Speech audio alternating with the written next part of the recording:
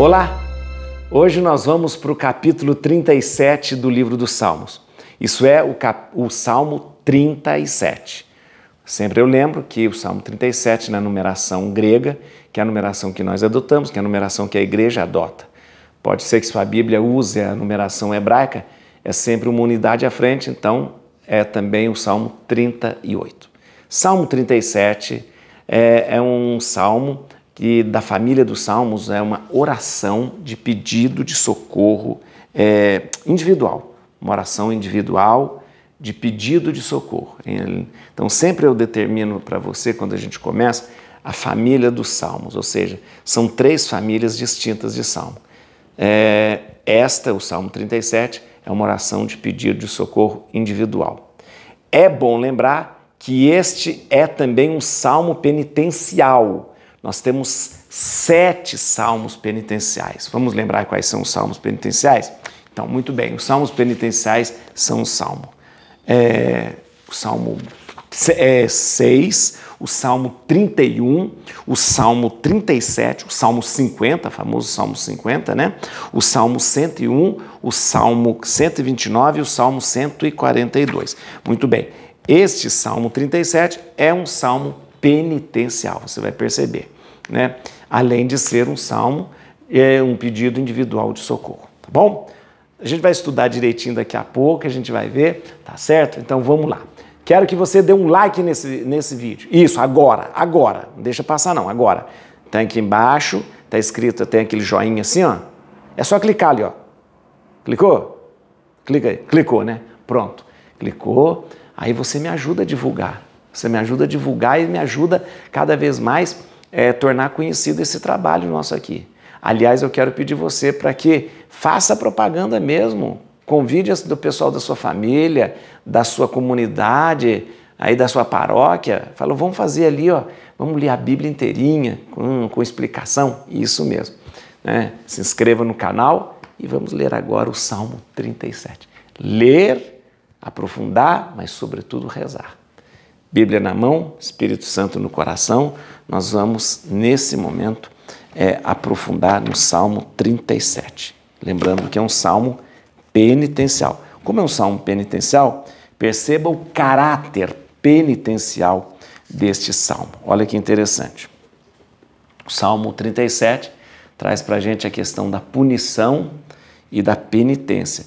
A pessoa que reconhece que pecou e a pessoa que acha que ela merece, até pelo que ela está passando por causa do seu pecado. Veja só. Salmo 37, Salmo de Davi, para servir de lembrança. Senhor, em vossa cólera não me repreendais, em vosso furor não me castigueis.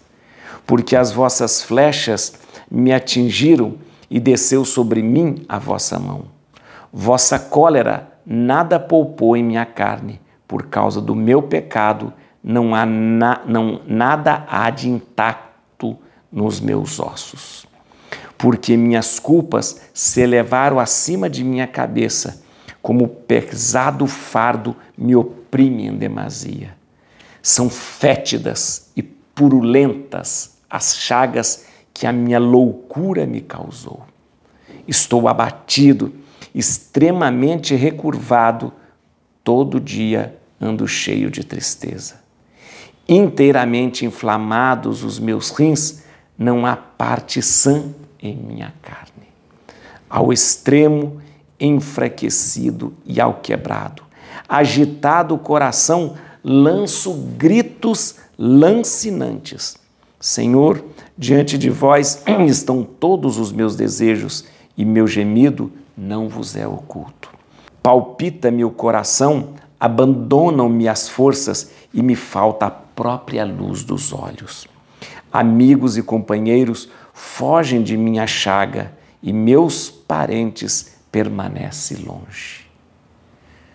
Os que odeiam a minha vida armam-me ciladas, os que me procuram perder ameaçam-me de morte, não cessam de planejar traições.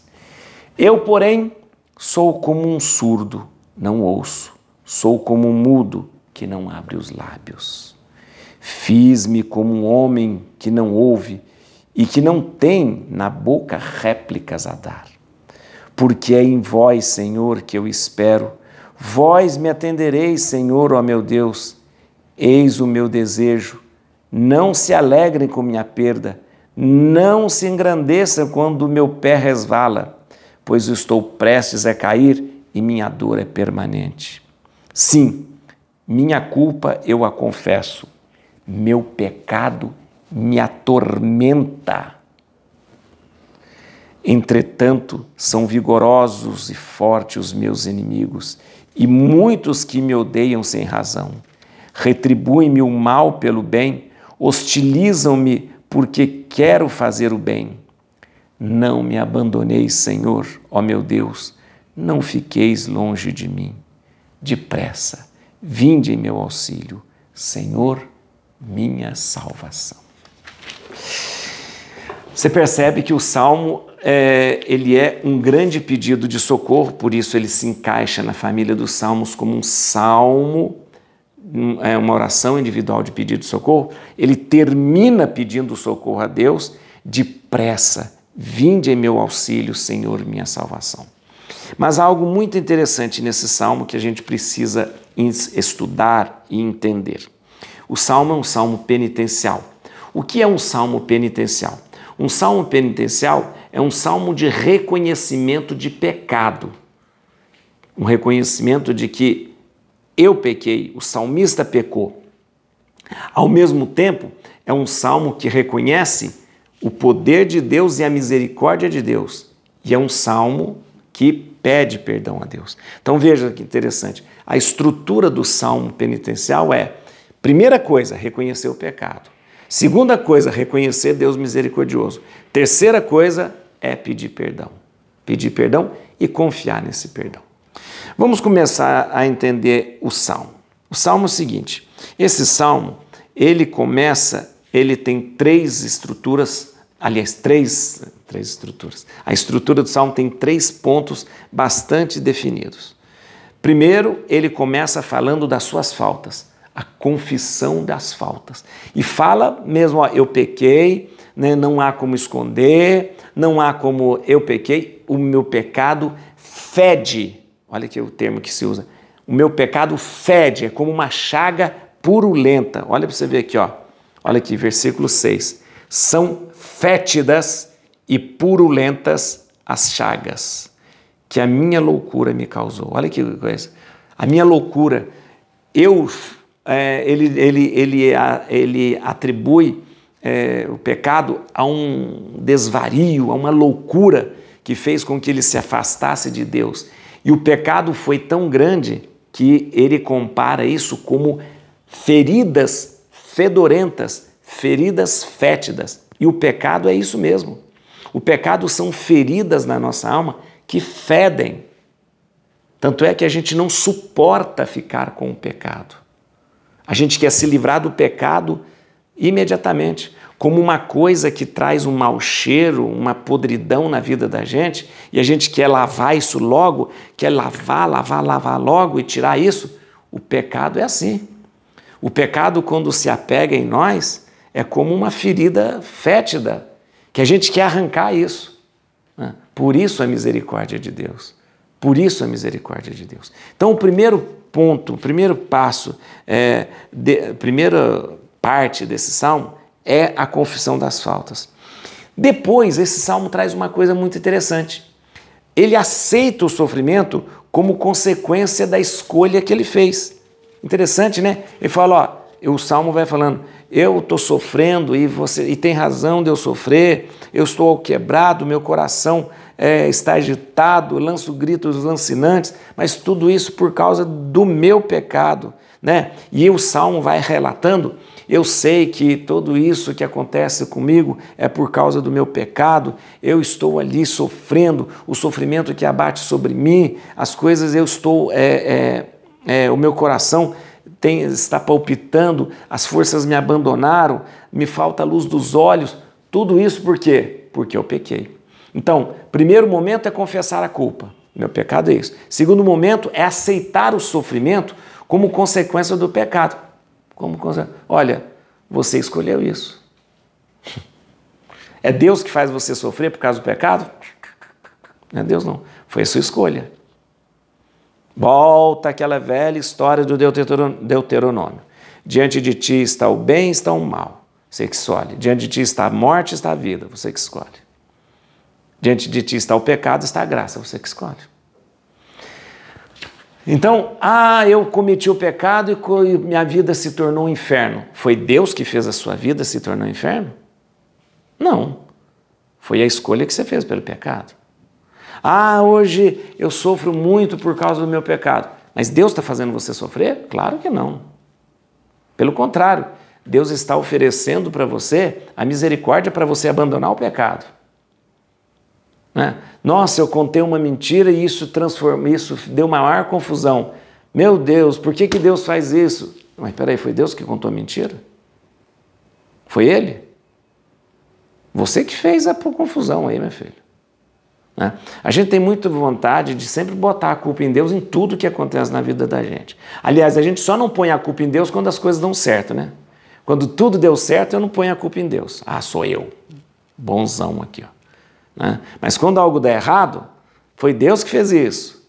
Quando eu estou sofrendo, foi Deus que fez isso. Quando eu estou passando por momentos de vida, foi Deus que fez isso. Espera aí. Será que não foi a escolha que você fez? Será não? Foi a escolha que você fez. Então esse salmo é muito interessante porque o primeiro ato do salmista é dizer, eu pequei e o meu pecado fede. Segundo momento, eu aceito o meu sofrimento, porque foi por causa da minha escolha pelo pecado que eu estou sofrendo. E o terceiro passo desse salmo, pedir perdão. Eu peço perdão. Né?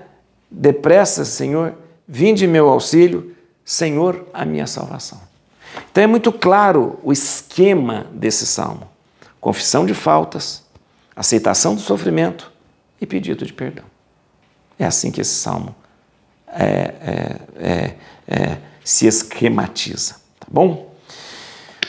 Deixa eu falar uma coisa para você. Eu vou chamar a atenção para você de uns versículos aqui. O primeiro versículo para você lembrar. Olha como que esse salmo começa, interessante. Salmo de Davi. Então significa que o compositor desse salmo, o autor desse salmo é o Davi. Para servir de lembrança. O que é isso, para servir de lembrança? Deixa eu falar para servir de lembrança o que significa.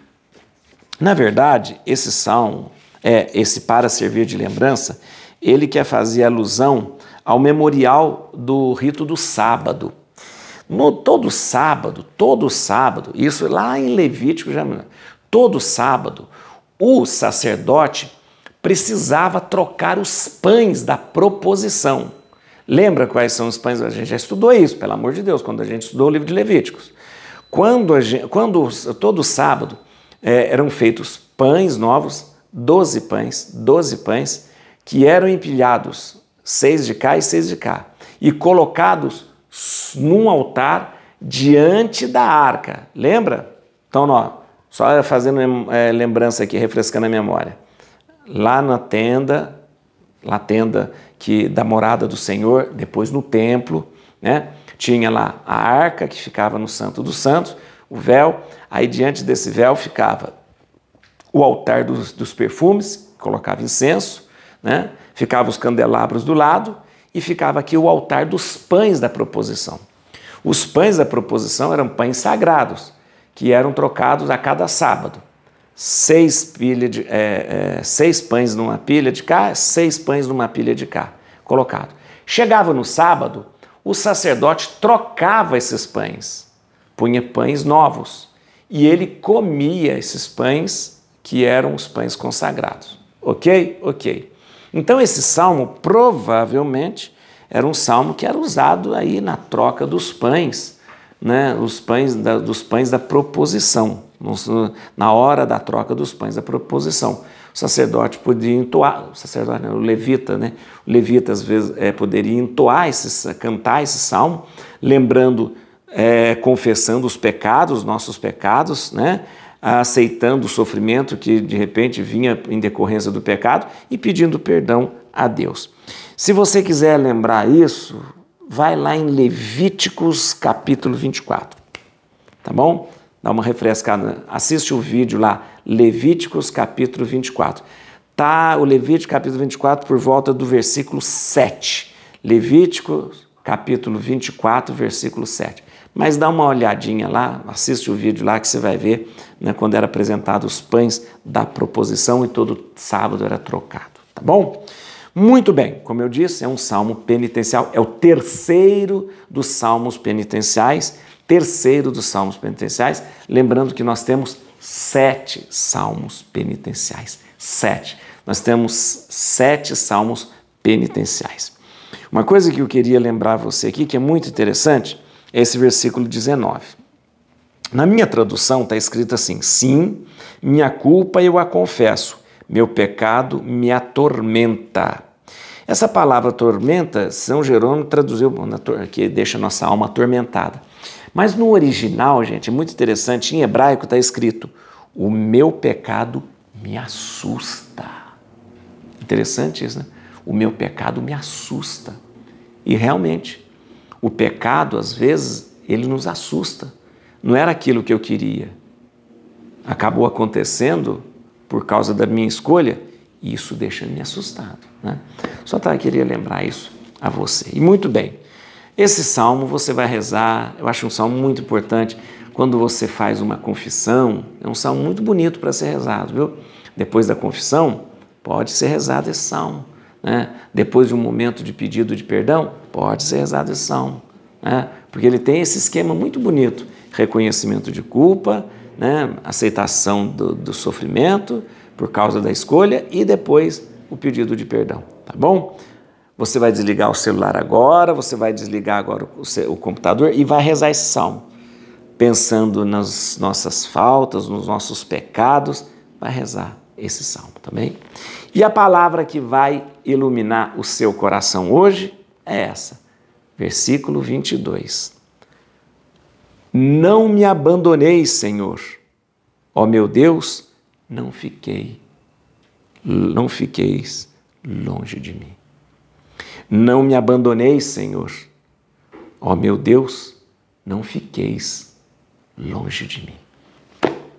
Et crucem Domini, fugit partes adversa, vite teleo de tribiuda, atigis David.